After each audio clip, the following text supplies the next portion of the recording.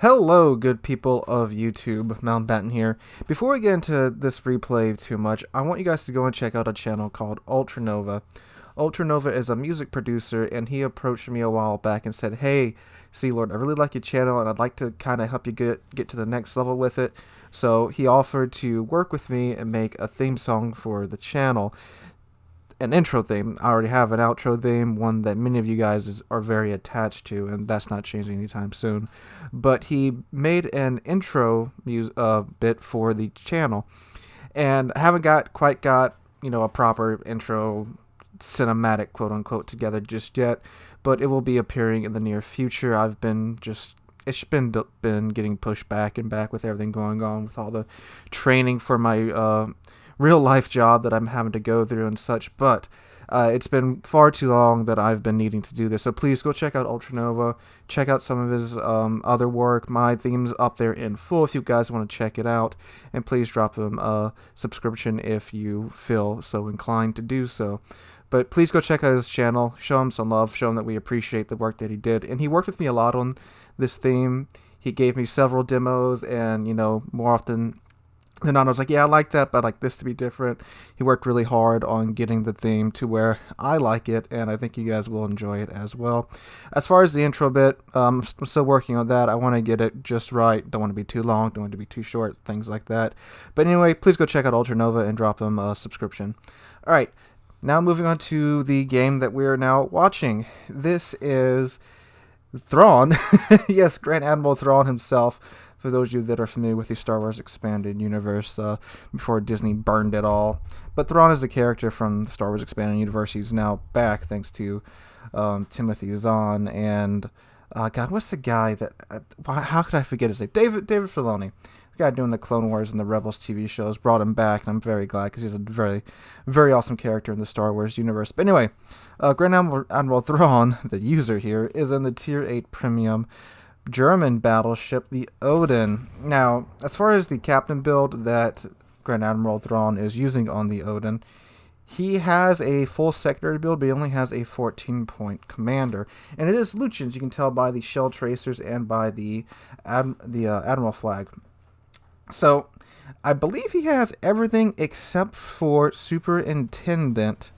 And if he has a 14-point commander, I don't know if he has all 14 points distributed or if he has 12 points distributed, but it does appear from the range and the fire rate of the secondaries that he does have a full secondary build, including modules. So I think he's just missing maybe Superintendent. And he has manual secondaries too, so he's got AFT, he's got manual secondaries. It looks like he's just missing Superintendent and maybe preventive maintenance, or yeah, he's got Adrenaline Rush too, so he's missing I don't know.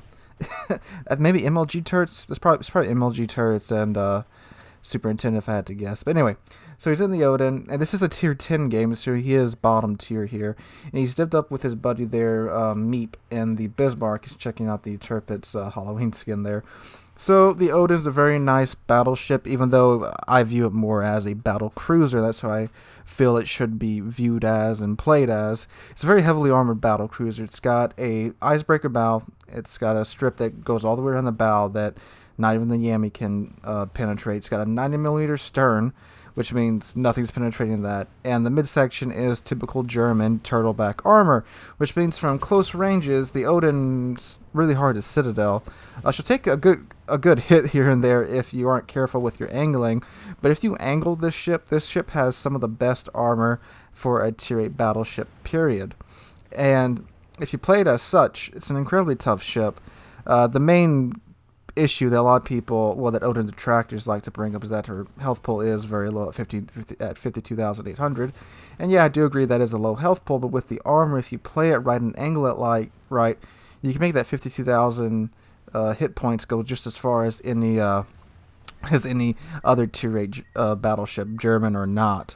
But anyway, so Thrawn's here. He's pushing to the sea cap with his teammate. Meep is being very brave and just going right in there and forcing the Benson out of its smoke and holding the Aegir at bay, as Thrawn is he's doing a very good job here of he's focusing on the Benson. He's holding his shots here, maybe waiting for the Benson to turn one way or the other, and he's also watching the Aegir and the Yami. He's doing a very good job of that. He has good map awareness, and you see this throughout the match.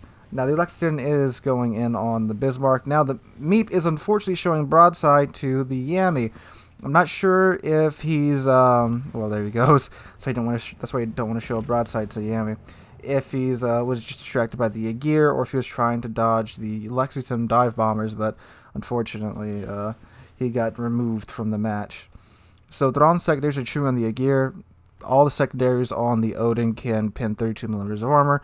Aegir does not have a 32mm bow, so he chewed through it quite easily. Now the Yami is sitting broadside onto Thrawn. Bounced Yami shells there, guys. Don't jip the Odin's armor. He was sitting broadside onto Thrawn, but the issue is that the Odin does only have 305mm guns, and that is small for tier 8, and that's really small for tier 10. But again, if you view it more as a battle cruiser, it's about right. But the Yami was sitting broadside, and the thing with the Odin, people are probably already typing in chat, oh, I can't Citadel or pin the broadside one of the weakest tier 10 battleships. Well, there are 305mm guns, and he did unfortunately hit the torpedo protection, it seemed, with his shots. But with the Odin, if you know where to aim, they can be very effective. The Yami had his bow hidden. If Thrawn could get at his little cheeky plate there, it would have gone through. I've done it before. And sometimes RNG, because RNG is going to do what RNG is going to do, is going to screw up your shots anyway. So the Lexington just dropped one salvo of torpedo bombers onto Thrawn. Thrawn did a very good thing here and held that damage con for this situation. 2 floods, he had his damage con ready to go. He is no longer flooding, planes are gone. And yes, flooding and fires are a very big issue on the Odin, because that is definitely where that 52,000 hit pool comes into effect. You can't really afford to let fires burn as much as you can on a normal battleship. So now, Thrawn's by himself taking on a Tirpitz now, which is, I wouldn't say the better ship, but definitely a different ship from the Odin. I did a whole video covering the comparison that's often brought up between the Tirpitz and the Odin being, again, more of a battlecruiser. There goes Lucius's secondary armament expert talent, where now all of his secondaries have a 15% boost to their reload time. Tirpitz dropping his torpedoes way too early. Thrawn bow tanking the Tirpitz right now. You can hear all the shells bouncing off of his bow. But yeah, Tirpitz is more of like, if you just want to go and throw yourself into a brawl, Tirpitz is definitely the better battleship than the Odin. Odin's more of a, if you gotta be aware of your surroundings, treat it more like a battle cruiser type of playstyle. That's the main difference between the two. But Odin does have better armor than Tirpitz, believe it or not. So, yeah. But Tirpitz does, of course, have 15-inch guns, but they can't pin the bow of the Odin, even without the icebreaker bow that the Odin does have. Now, you are seeing here another big advantage that the Tirpitz has over the Odin, that is its secondary firing arcs. From straight on, the Tirpitz can get more secondaries on target than the Odin can. The Odin can only get that... Ooh, a lot of broadside there from the Tirpitz. The Odin can only get that front secondary turret on target, and he have to open up to an angle quite about there to get the rest of the secondary guns to fire on target. So yeah, that is a downside of the Odin. That is definitely a major downside. But when you can't get the secondaries on target, they are quite fearsome. And there you go, they secure the kill on the Odin. Lexington's back, this time with dive bombers. Thrawn is turning as best he can to dodge these dive bombers. His fighter plane is up. That's another issue that Wargaming really needs to look at. Ooh, thankfully those did miss. That probably would have been very bad if it didn't. The fighters, I don't know. The fighters are like, it's like they're asleep half the time, the pilots, and then suddenly they jump on the planes in the middle of the attack. Very aggravating. It's something that needs to get looked at. Wargaming. All right, so the match, pretty close match so far. Thrawn's team is down around 200 points from the enemy team, but they are fairly even on ships, and they're kind of catching up. So the sea points have been capped. Well, it looks like the friendly team is being a little hesitant to push in. Granted, they are catching up on kills. So even though it may not look like they're doing a whole lot, they are catching up. And now Thrawn has a choice to make. He can go back to C with the rest of the team, or he can try and go and cap B. Now, funny enough, apparently that Yami disconnected and got ran by the Gascon in the background in the middle of all that madness. So they are down their tier 10 BB now. And ooh, look at this. This maneuver Thrawn pulls right here. Turns hard over, throws the anchor out, and manages to dodge these torpedoes. It's very hard to dodge CV torps since the player can manually drop them, 4 kilometers, 2 kilometers away from your ship, and they still be accurate. So the CV dropping that early gave Thrawn the ability to dodge those, but still a very nice dodge on Thrawn's part. Thankfully, the combined A of the Tirpitz and the Odin managed to bring down the next wave of fighters. So there's Des Moines in B, who can, of course, spell a lot of problems for Thrawn, being that, Odin's big weakness is, of course, fires. And Des Moines turns out a little bit, but then realizes his mistake and kind of cranks it back over to the right side just before Thrawn shells it there. It gets actually 3 overpins and 1 ricochet. Thrawn popping his last heal for the game. So he's only going to have around 25,000 hit points to deal with the rest of the match. Tirpitz throwing his 15-inch shells at the Des Moines. They are not enough to overmatch the bow of the Des Moines. I think they actually all missed. Good old German RNG and dispersion. So enemy team has a Massachusetts left, an Odin left, a Des Moines, a Bismarck, and a Lexington. Enemy team has a Lexington, a Montana, Tirpitz, Alaska, and Ostgotland. Des Moines is now within secondary range of both the Tirpitz and Thrawn's Odin. My brain just stopped working there for a second. It's kind of early in the morning. I'm sorry if I missed some things. So Thrawn's holding his fire here. He's waiting to see if the Des Moines is going to turn or if he's going to continue on his straight path. Because right now he can't really do anything to him because he is bow on. He could aim for the superstructure, get some pretty decent superstructure pins. And Des Moines actually fun and engages the Ostgotland. And there we go. Des Moines turns out a little bit. Thrawn's holding his fire, lets it go. He only eats 1 torpedo from the DD. Thrawn does actually connect, but only does 1,500 damage. Probably hit his... Well, no, actually didn't hit his torpedo protection. Only got 1,500 damage. Probably pinned the superstructure or something. So now it's 3 enemy ships to 4 friendly ships. Looks like it's turning around. Thrawn's about to get into the B cap to contest and capture that cap so they can flip it and start gaining back the points. And the enemy team is fairly divided right now. You've got 1 Bismarck north of the A cap. You've got Odin north of the C cap. And the Lexington was last spotted just south of the C cap, but he's obviously not there anymore. So the friendly team could turn this around quite easily. They have 7 minutes left in the game. All they need to do is cap and sink a couple of ships, and they got it. Now, there is almost a 400-point deficit between the 2 teams, but if they can manage to flip a cap, that will, of course, start to do that. Friendly Lexington going after the Bismarck. Bismarck's almost at full health. Now, Thrawn makes a very good call there. Instead of firing, he holds his fire. He probably could have squeaked out a shot there, but from that range, you don't really have any guarantees, especially with German guns, if those are going to connect. Of course, if he would have fired when spotted by the planes, the Lexington likely would have gone after him again, and he doesn't have the health to eat an unnecessary attack if he can help it. Now, the Odin up north looks like he's heading back over to the west to defend the B cap with his Bismarck. Other friendly Tirpitz, is coming back around from the C cap, launches his fighters now, and that's what you want to do with fighters. The second you can tell the planes are coming at you, you want to launch your fighters. Now, it does appear that, and this is so annoying right there, I believe his fighters just latched onto the enemy fighters there for a second, and normally when that happens, that's it for your fighters. Once they latch onto something, they're done. But it looks like they latched, and then either the enemy fighters went out of range or something, and then they came back. Again, very weird. Fighters are kind of janky still.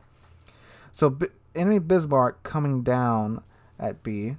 His secondaries just reach over the island just enough to reset the cap process, the progress that Thrawn had made. Now here's the Odin. So now he's unfortunately surrounded by enemy ships. Got a Bismarck to his left, an Odin to his front.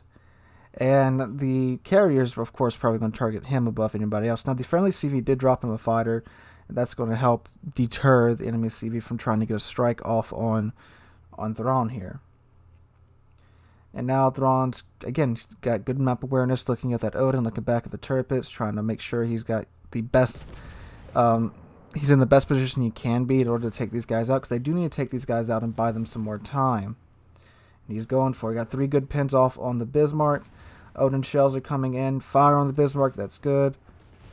Not too much damage, they just hit his superstructure. Probably wouldn't have been able to pin his belt anyway. Now he's going to try and get this island between himself and the Odin, also while trying to dodge these Lexington torpedoes coming in. There's the friendly Lexington. And there's the thing about carrier torpedoes dropped in the front of you. If you're in a battleship or any ship, really, you want to try and gun it and close that distance to where you can get within their safety within their arming range, or safety arm range, whatever you want to call it.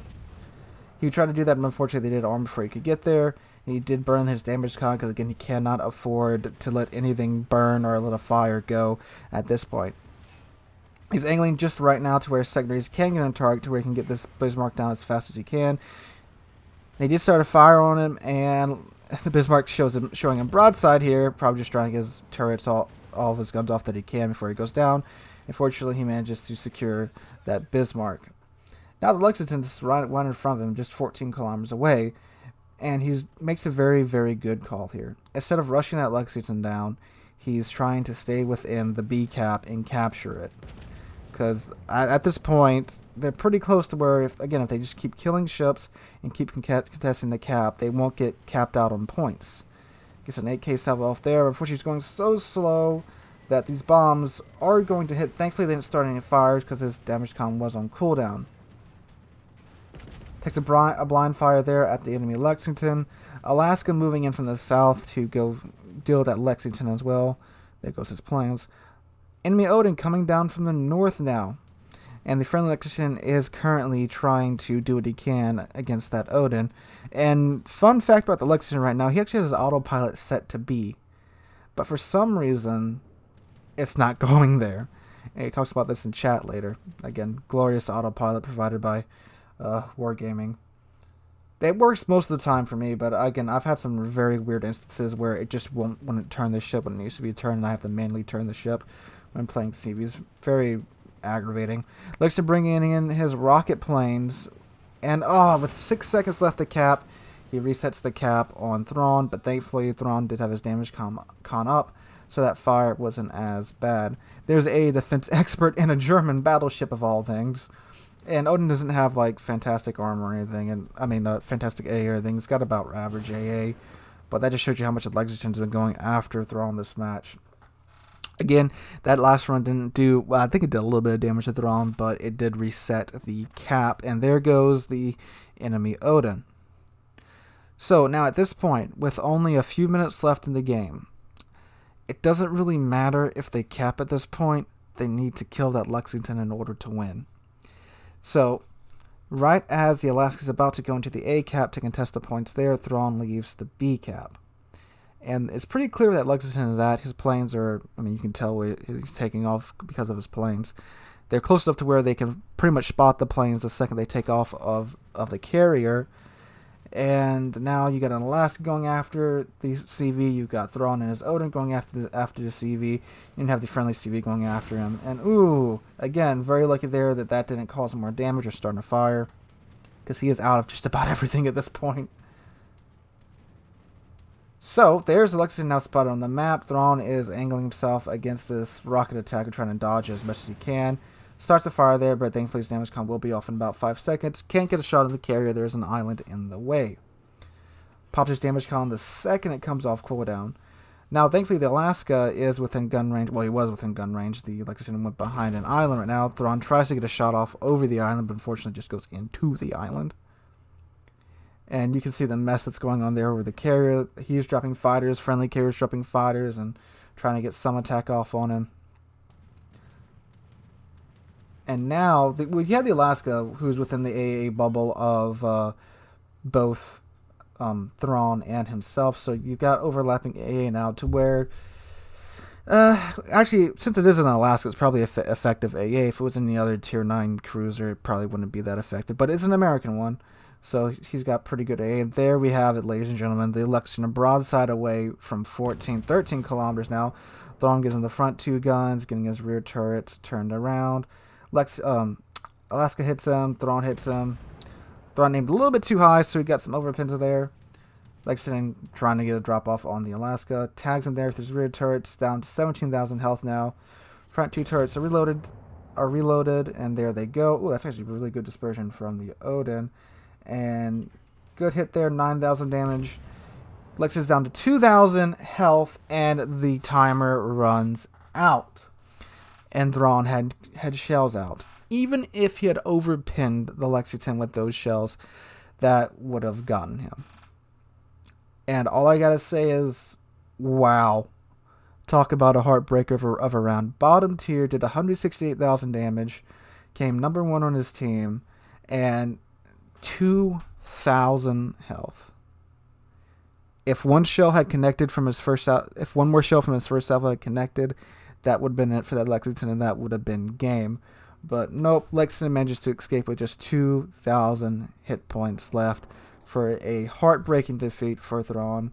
And I gotta say, man, when I was watching that the first time, my heart dropped at the end because I'm like, oh no, he's so close and yet so far. And they almost had it. They were bringing it back from a loss, but they just couldn't claw their way hard enough up to secure a victory. Anyway, guys, thank you guys for watching. Make sure to go check out Ultra Nova's channel and show him some love. Hope you guys are having a wonderful day. I hope to catch you guys in the next one.